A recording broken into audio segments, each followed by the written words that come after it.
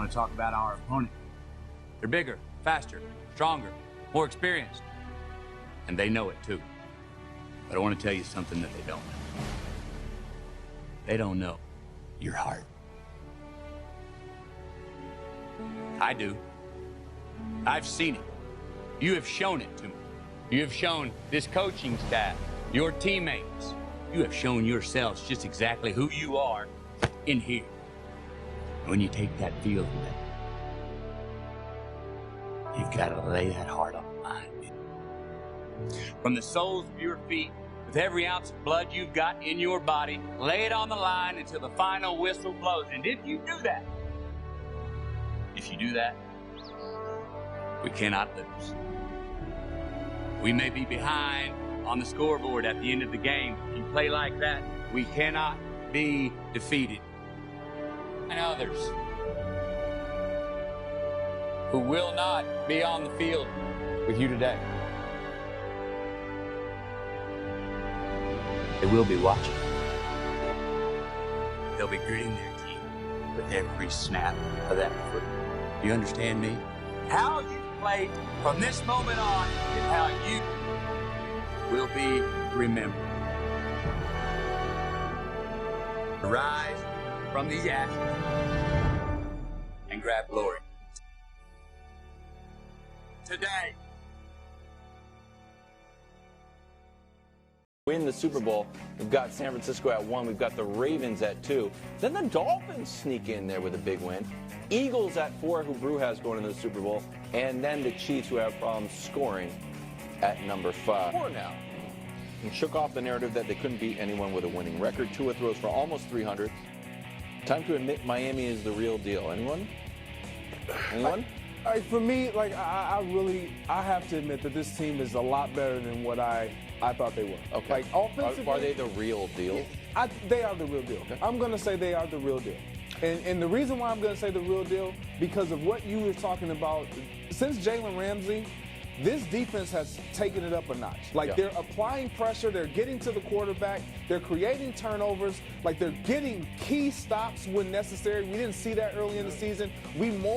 More importantly, we saw them as an offensive team. That is no longer the case. Right. They can win close games where they don't score a lot of points because of their defense. I got to give them some love. When I said they were break dancers and pop lockers, it was before Ramsey got back. Now their defense is good. It's good against the pass. It's good against the run. They still can break dance, but they can fight too.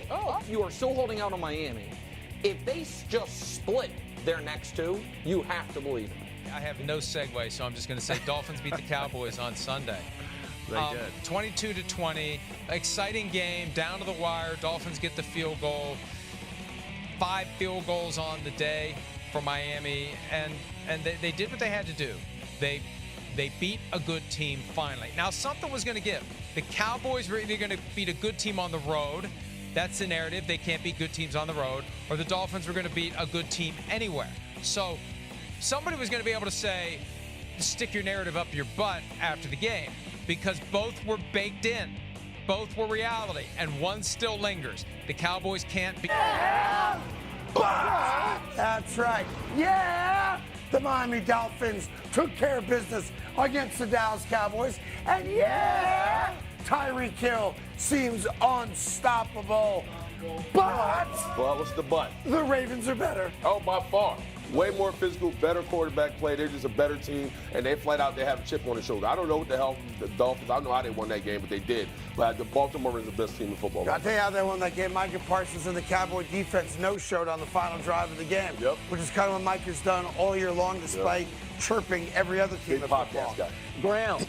And then insult to injury is we backed them up into 3rd and 9 at their 3. And now little Tua has to throw it out of his end zone. And I'm thinking, safety? Can we get to him? Can we fumble him in the end zone?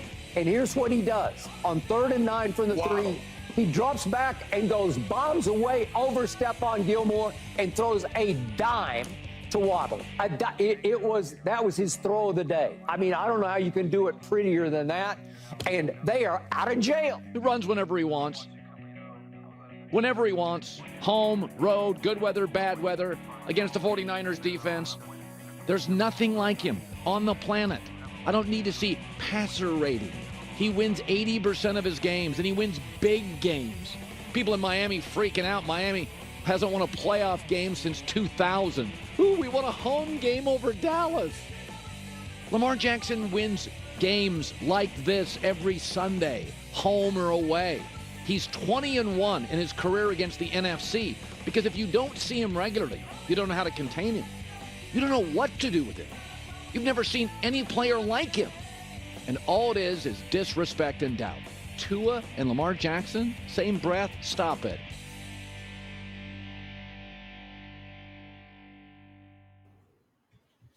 Eek. Welcome back to Vince TV, our feature for the week.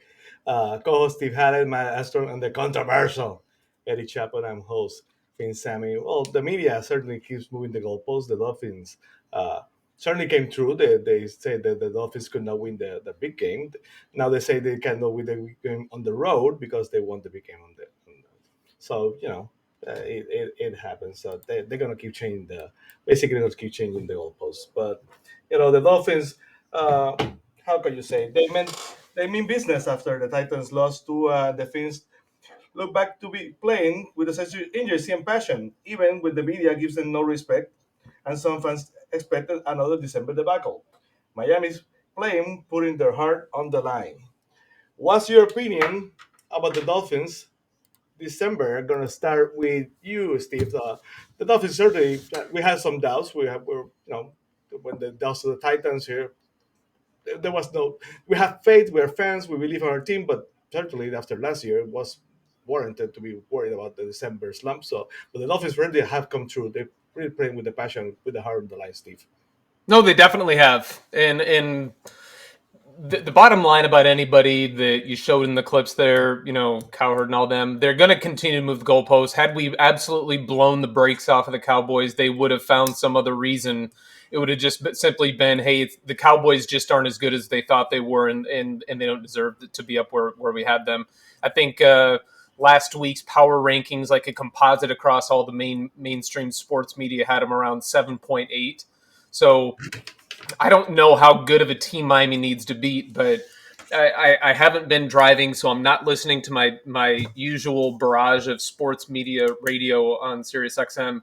So I haven't really had a chance to digest it, but I'm probably not that upset, because really what you showed there in those clips is really the first I've seen of any of the reaction to it. I've just been enjoying the fact that we're in the playoffs now. So, but to your point here, to be fair, Sammy, Matt, Eddie, I've been absolutely petrified.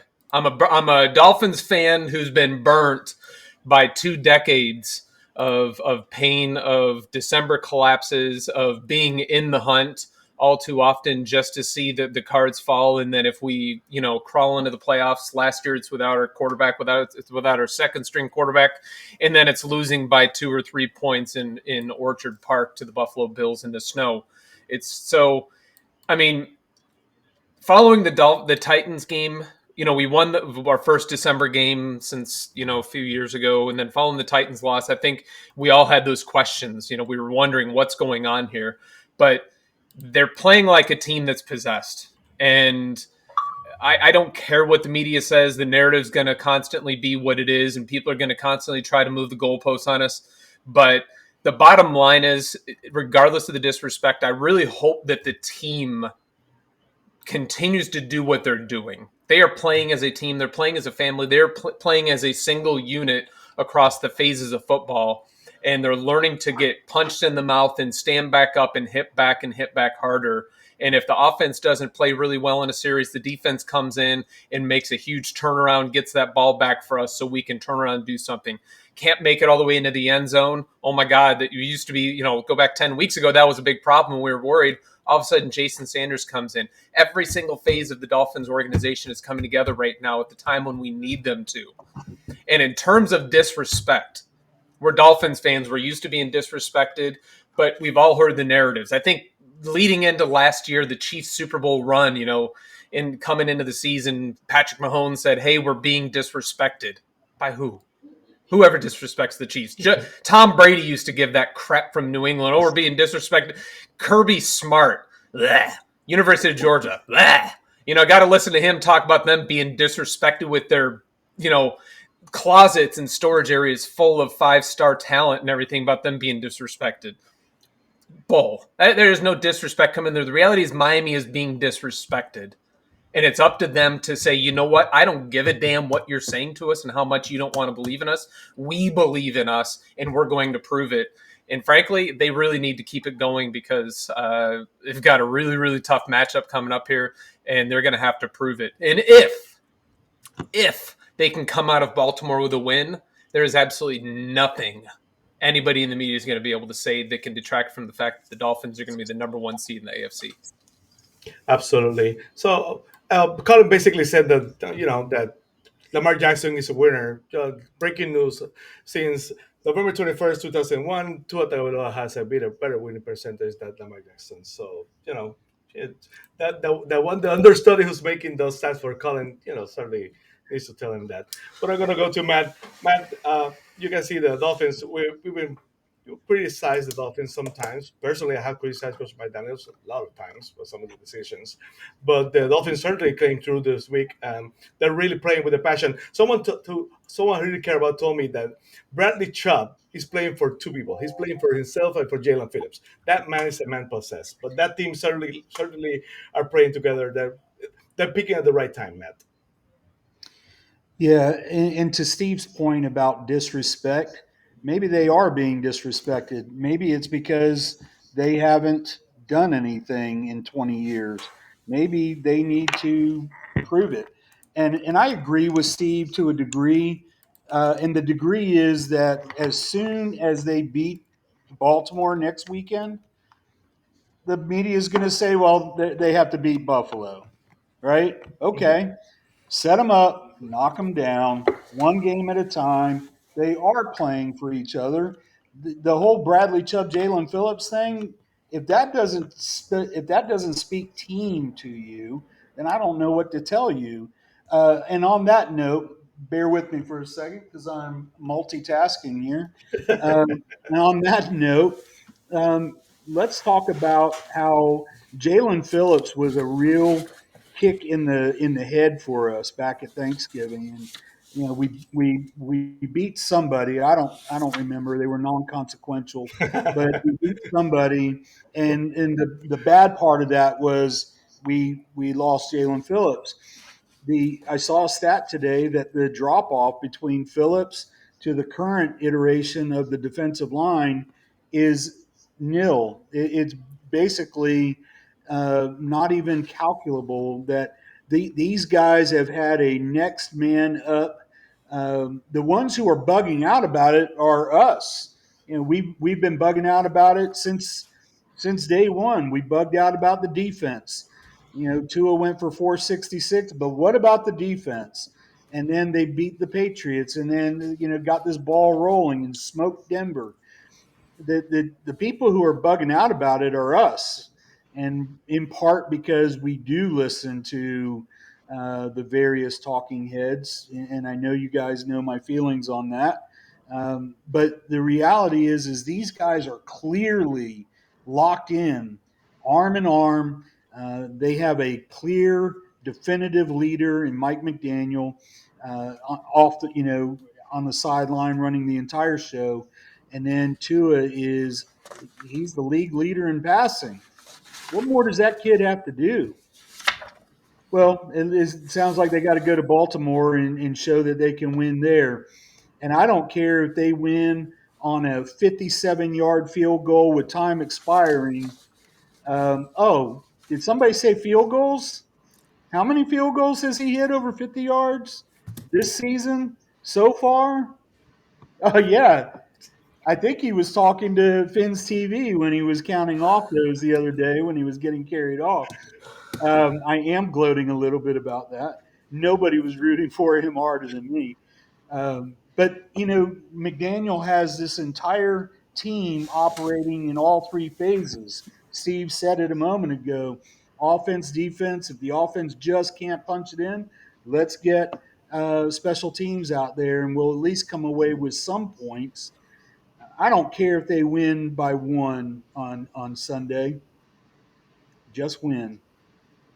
Just win, baby. More stats for Colin Cowherd on the Ask Clowns on the Carton Show.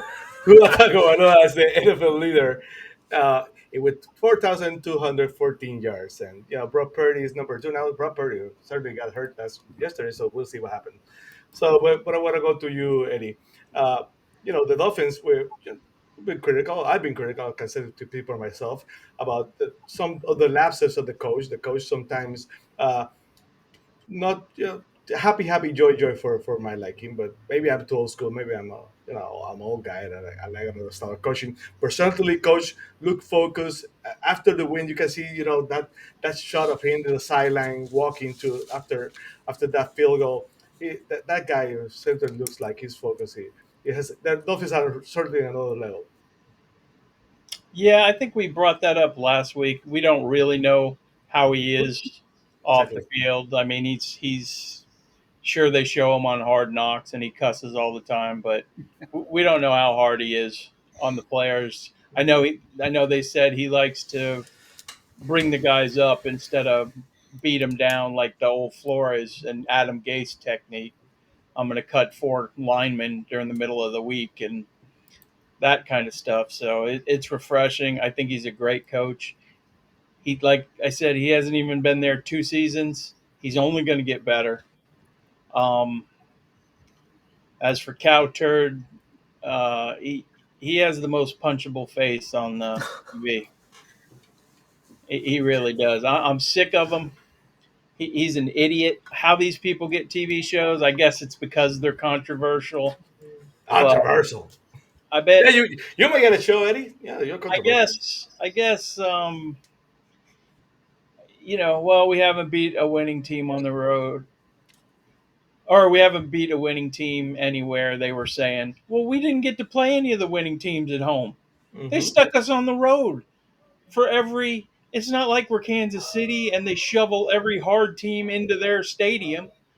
But it's just we got to get over it. I definitely have to get over blaming coaches because they know a lot more than me. Fangio, I'm questioning him. He's probably one of the best defensive minds in the last 20 years.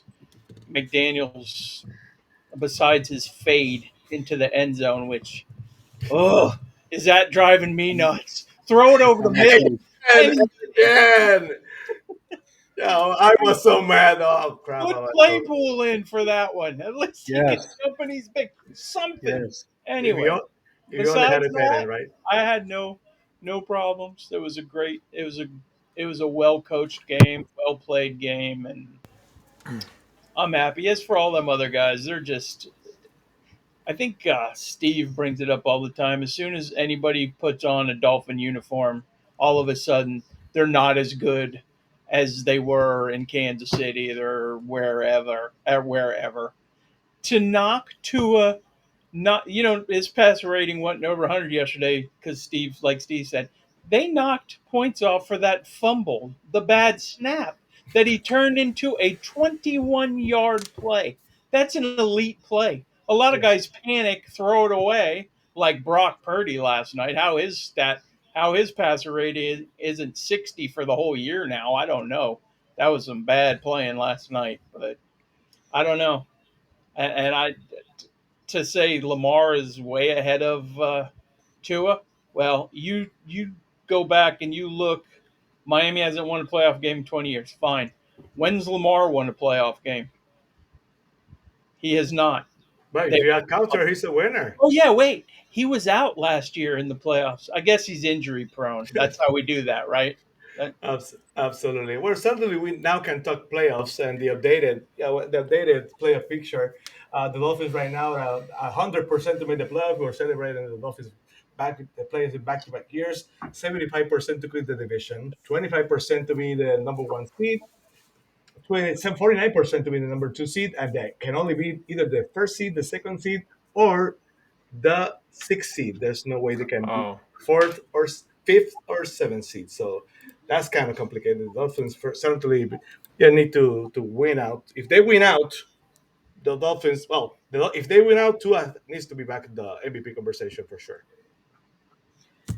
Can I just interject here that Sure, please. Eddie with receipts is my favorite Eddie. I love it. Yes. That's fantastic, Eddie. Every point you made is right on the nose. I can't emphasize how much the fade off in the corner. You finally figured out to run it. The last drive, you rode Wilson like he was a horse. That's winning football. I've said it before. Equally, the best and the worst thing that's happened this season is Tyreek catching that fade against the Chargers, because You got it. it worked one time. Guys, there's a dude in your backfield that's got 21 touchdowns. Let's give it to him once or twice. And right now, that's nitpicking. It's Yeah. it really is. It's a great place to be in terms of first world problems is kind of the saying. So I'll take it. Absolutely. Stephen, any last thoughts? Yeah, I mean, to the theme of what we're talking about here, there's no question about it that the Dolphins are playing as a different team right now. And you ask, what have they done in December? Let's look year over year. They went winless last year. We played 4 games so far this December. We've won 3 of them, and we lost one of them that 9 times out of 10, we don't lose that with the team we have right now. But I really think the timing of that loss is going to be everything for what we're going to be doing from that point forward. And I don't care what they're doing for those meetings. I really, if it was me in Coach McDaniel's head for just a 5-minute snippet, it would be to show them a clip at the end of every Wednesday segment, Monday segment, whatever it is, of the Titans, to remind them what it felt like in that moment, to tap back into that, to say, this is why we're doing it. They have each their own individual reasons. I really truly believe that Tyreek, Tua, Jalen, Ramsey, I don't think they care about the stat or the individual awards out there. I really truly believe that this team is playing with one goal in mind, and that is not to make the playoffs. It's not to win the AFC East or the conference. They want to win the Super Bowl, and that's how they're going about it.